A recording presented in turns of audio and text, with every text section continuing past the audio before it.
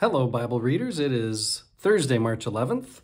We're reading a lot of Isaiah, chapters 3 to 8, and then 2 Corinthians. We're starting it at chapter 1, verse 1 through chapter 2, verse 4. Nowhere else in Paul's letters can we see Paul's enduring relationship with a particular church. In 1st and 2nd Corinthians, scholars have found references to 5 and text to at least 3 more letters that Paul wrote to the believers at Corinth, and 1 that they wrote to him. So, we could assume that there was a back and forth going on between people, as happens today in communicating, that we have 2 of these letters, or parts of letters put into 2 documents, you could say, is great. And most agree that 2 Corinthians is not just one letter, but it's made up of multiple letter fragments. We're not exactly sure where the breaks are because they've been edited over time to fit together well. And so it's not obvious like, oh, this is obviously a part of a different letter that was smushed into here. You need to know so much has been written about Paul's relationship with the Corinthians. Lots has been studied as far as what was the context, when exactly is he writing, from where, to what purpose. So we could study the Corinthians a lot. In chapter 1, Paul speaks of the blessing of God, and which sounds kind of strange to say we should bless God. We usually think of God blessing us. But what Paul's getting at is that's what we especially need to do when times get tough, so that we would remember God's deliverance and God's grace that we've known in the past. So as we bless God, we're reminded of what a gracious and merciful God is. And then you get, in the rest of our text for today, Paul's conduct and his pain, all out of regard to God and all out of abundant love for the Corinthians. Their time together in their communications, there's been ups and downs.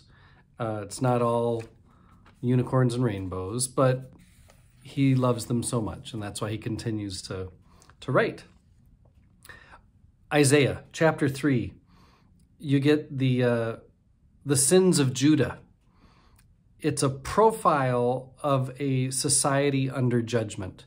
We read a lot of Isaiah today, and you really do get a picture of where Isaiah is coming from, what his purpose is, how he's trying to move the Israelites, Judah, toward God and away from just themselves. And so he's saying, in this section especially, and it'll go on for a few more chapters, this is what a society under judgment looks like, how leaders act, and the results. There's shortages of food, water, and competent leaders. That's what a nation under judgment looks like. God's case against Judah, of course, is poor treatment of the poor and loose morals. That's what the end of chapter 3 is about. But in chapter 4, Isaiah says, some will escape, and this branch of the Lord will be holy. This will be the Messiah's community. So there will be a faithful remnant, if you will, that survives out of this time of judgment. Isaiah chapter 5, then we get a parable about the vineyard of the Lord. And so we get kind of a teaching example. Woe to the nation ripe for judgment. Woe to land barons, those who celebrate everything but God, those who think they know better than God. Woe to the corrupt people who value drink more than they value justice. The Lord promises judgment. And then in Isaiah 6, this is where we get Isaiah's call story, his little bit autobiographical, what Isaiah saw, what he heard, what he felt.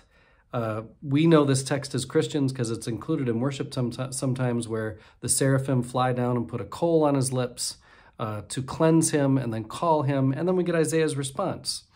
In verses 9 and 10, it tells us the mission. Get them to return to me and be healed, God says. Isaiah 7, Isaiah prophesies to Ahaz. And we know this can go badly, a prophet saying things to a king that are challenging. and Ahaz won't ask for a sign. And then Isaiah has more bad news. Assyria will ruin Judah. And Assyria, Ahaz thought were his friends. He makes this prophecy very public and very plain. And he tells everybody, prepare for what's about to happen by fearing God, not Assyria. I am one with my God. My God is with us, all of us, at all times and in all places.